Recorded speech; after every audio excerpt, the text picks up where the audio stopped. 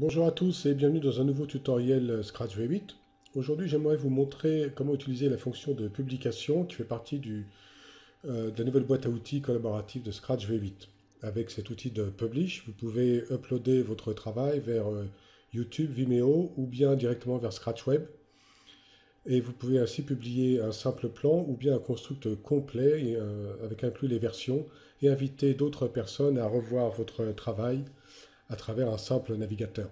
Ici, j'ai un construct en phase de finition. Vous voyez que j'ai des étalonnages, j'ai des versions. Lors d'une session précédente, on a pris des notes avec le chef-op et le réalisateur. On a mis des notes vertes. Et moi, j'ai continué à travailler. Et j'ai mis donc des notes bleues. Il s'agit du travail que je souhaite faire, comment dirais-je, valider à distance. L'idée, je vous le rappelle, c'est donc de pouvoir uploader tout ce construct de façon à pouvoir obtenir un feedback et rapatrier ces informations de feedback à l'intérieur de mon projet. Donc, pour ce faire, je vais aller sélectionner mon outil dans mes Tools, et voilà, et dans Publish Media. Et là, j'ai un outil de Publish qui s'ouvre.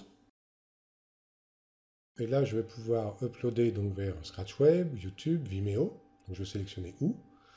En deuxième, je vais sélectionner quelle va être l'image qui va être utilisée comme vignette.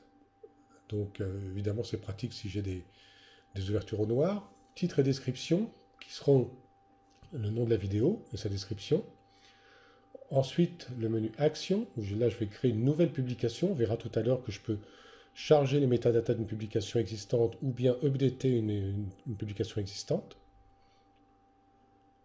Ensuite, je vais avoir le menu Export. Donc, Export, ça va être est-ce que je veux uploader ma timeline seulement, ou bien ma timeline plus les versions, ou bien uniquement mon nœud de sortie, mon main output, sous forme d'une seule séquence.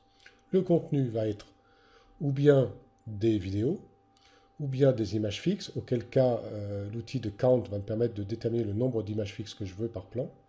C'est également là que je mets on et off l'audio. Format, ça dépend vraiment de, on va dire, de vos capacités d'upload. Idem pour la qualité vidéo. Donc ici, je reste en 720p, qualité médium, ce qui devrait être suffisant pour une review. L'accès va être soit privé, c'est-à-dire réservé à vos invités, ou bien complètement public. OK. Ensuite, mon render cache, c'est-à-dire que c'est un dossier temporaire dans lequel Scratch va processer les images et il va également l'utiliser ensuite pour updater une publication existante. Et enfin, mon assimilate account, c'est-à-dire mon account myassimilate.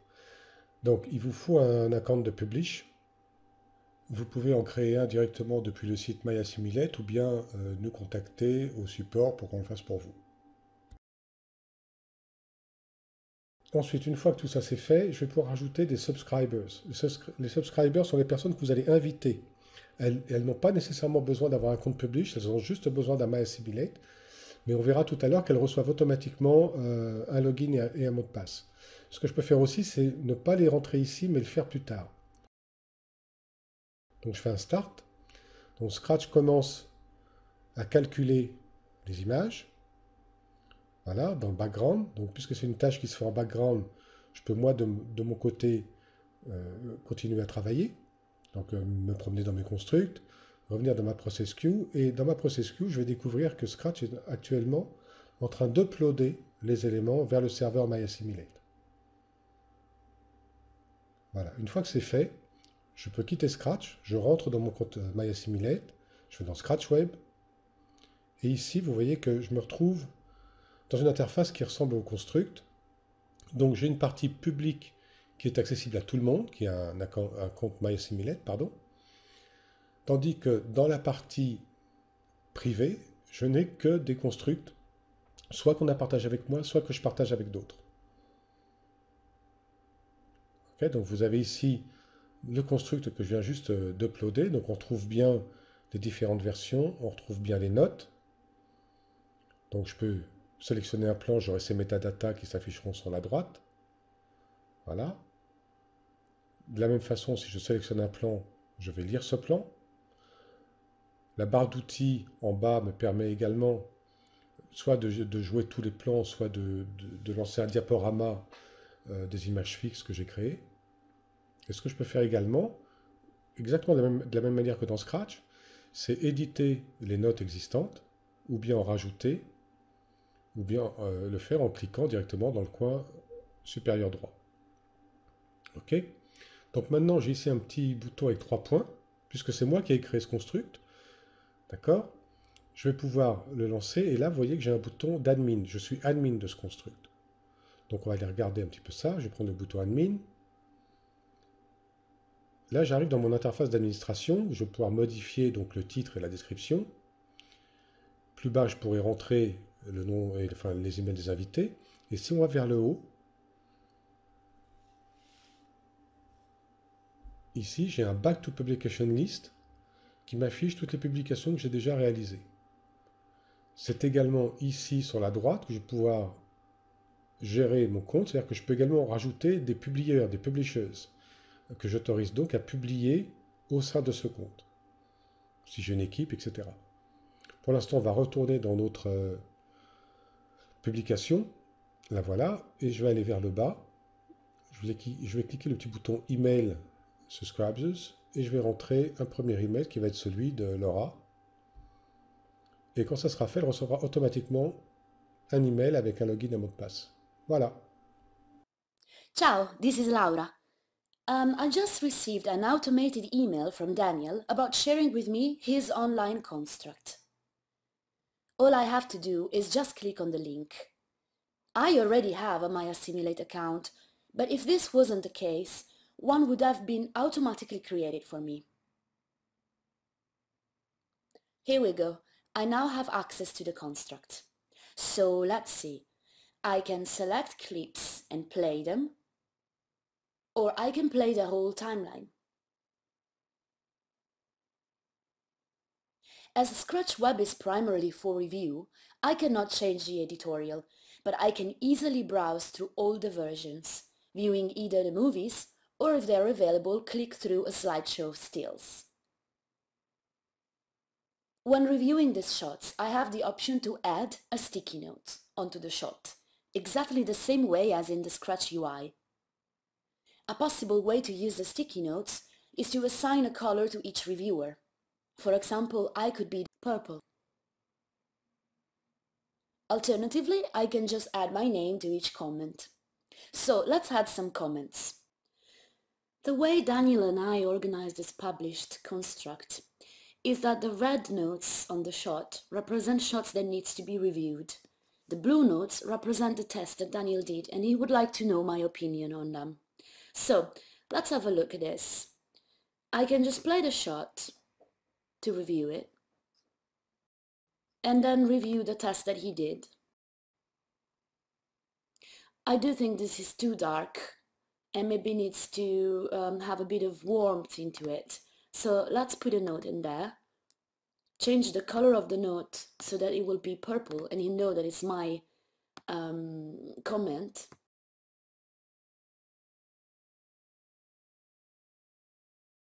There you go. Let's watch the next one.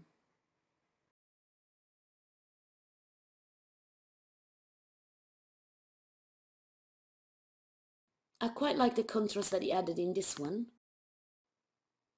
And this is even better, very dramatic. So let's turn this into a green note because I like it and I approved it.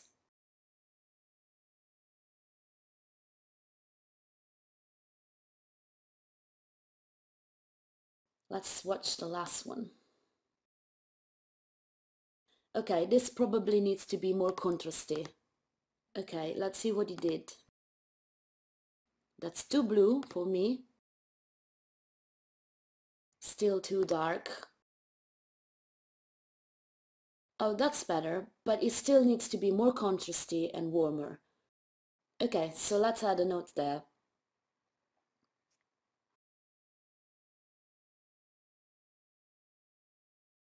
I use my color.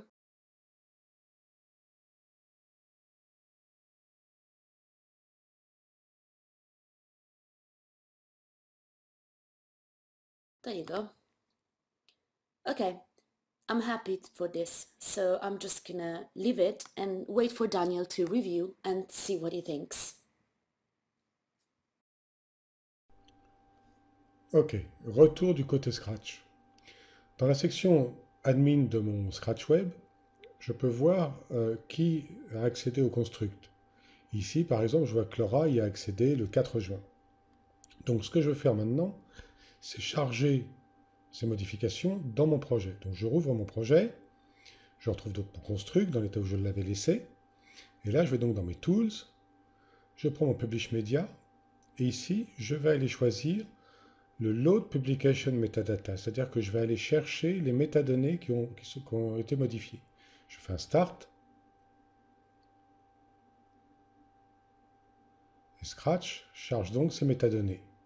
À partir de là, je vois les nouvelles notes que Laura a ajoutées en violet, celles qu'elle a validées en vert, donc je les mets en ordre, et je vais suivre donc les indications qu'elle me donne. Je vais faire ça un petit peu rapidement, hop, hop, hop, hop, hop, hop, hop, hop, hop. Hop là, je lui demande de vérifier ça, je mets une note jaune. Celui-ci, elle me demande un truc un petit peu plus contrasté. Hop, voilà, une petite note jaune. Voilà. Donc maintenant, je peux republier ça, mais inutile de republier l'ensemble de mon construct. Ce que je vais faire, c'est que je vais utiliser toujours le Publish Media, et là je vais choisir l'option Update. Et puisque la plupart des plans sont toujours dans mon dossier cache, celui que j'avais choisi au départ, Scratch n'update que les plans nécessaires. Donc vous voyez que Publish et Scratch Web sont la façon la plus simple, la plus rapide et la plus efficace de rester en synchro avec vos collègues, partenaires, producteurs et clients, sans l'angoisse des transferts par FTP, des feuilles Excel, etc. et des appels incessants. Voilà, je pense que c'est tout pour aujourd'hui. J'espère que ça vous a intéressé. J'en profite pour vous signaler que à côté de notre canal Vimeo, tous les tutoriaux sont disponibles également dans le Scratch Web, dans la partie publique. Voilà. Je vous remercie. Au revoir.